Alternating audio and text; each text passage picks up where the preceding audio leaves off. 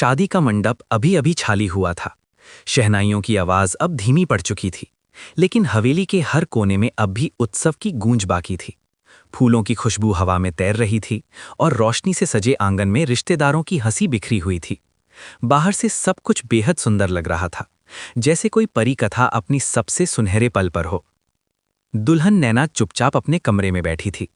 लाल जोड़े में लिपटी नैना की आंखों में हल्की चमक थी, मगर उस चमक के पीछे एक अजीब सा डर छिपा हुआ था। ये डर किसी अनजान जीवन का नहीं था, बल्कि उस बेचैनी का था जो सुबह से उसके मन में बैठी हुई थी। शादी की रस्में पूरी होने के बाद जब सब थककर इधर उधर हो गए, तब भी नैना का मन शांत नहीं हो पा रहा था। ये शादी बहुत जल्दी तय हुई थी। सब कुछ बहुत सही, बहुत परफेक्ट दिखाया गया था। नैना ने कई बार खुद से पूछा था, क्या सच में सब इतना आसान होता है? उसके पति अमित अच्छे स्वभाव का दिखता था, बातचीत में सभ्य, व्यवहार में शांत, परिवार शहर में सम्मानित था, कोई कमी नजर नहीं आती थी। फिर भी नैना के दिल में सुबह से एक अनजाना बोझ था, जिसे वो किसी को बता नहीं पा रही थी। कमरे की सजावट पूरी हो चुकी थी। पलंग पर गुलाब की पंखुड़ियां बिखरी थीं। हल्की पीली रोशनी में कमरा किसी तस्वीर जैसा लग रहा था। दरवाजे के पास रखी मेज पर पानी का ग्लास रखा था। नैना ने धीरे से चूड़ियां उतारीं। हाथों में अचानक कमजोरी महसूस हुई। उसने गहरी सांस ली और खुद को संभालने की कोशिश की। शादी की थकान है, उसने मन ही मन कहा। लेकिन जैसे ही वो उठकर पलंग की ओर बढ़ी, उसे हल्का सा चक्कर आया। उसने जल्दी से पलंग का सहारा लिया। दिल की धड़कन तेज हो गई थी, माथे पर पसीना आ गया। उसने पानी का ग्लास उठाया। पानी के 2 घूंट पीते ही उसे अजीब सा स्वाद महसूस हुआ, कुछ कड़वा, कुछ अलग। नैना ने ग्लास नीचे रखा। उसका सिर भारी होने लगा, आंखों के सामने धुंध छाने लगी। वो उठने की कोशिश कर रही थी, लेकिन पैर जैसे जवाब दे गए हों। सांस लेने में दिक्कत होने लगी। ये क्या हो रहा है? उसके होंठ हिले, मगर आवाज बाहर नहीं आ सकी। तभी दरवाजा खुला। अमित कमरे में दाखिल हुआ। नैना, उसने पुकारा। नैना ने उसकी ओर देखा। उसे अमित का चेहरा धुंधला दिखाई दे रहा था।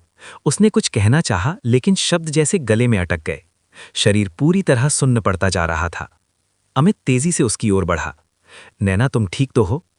नैना का सिर एक ओर झुक गया, आंखें बंद हो गईं। अगले ही पल वो बेहोश होकर पलंग पर गिर पड़ी। नैना, अमित की आवाज में घबराहट थी। उसने तुरंत बाहर आवाज लगाई। कुछ ही पलों में सास ससुर और घर के लोग कमरे में आ गए। किसी ने पानी छिड़का, किसी ने उसका नाम पुकारा, लेकिन नैना को होश नहीं था। घर में अफरा तफरी मच गई। डॉक्टर को बुलाओ, जल्दी करो, एम्बुलेंस बुलाओ। कुछ ही देर में डॉक्टर आया। उसने नब्ज देखी, बीपी चेक किया। उसके चेहरे पर गंभीरता थी।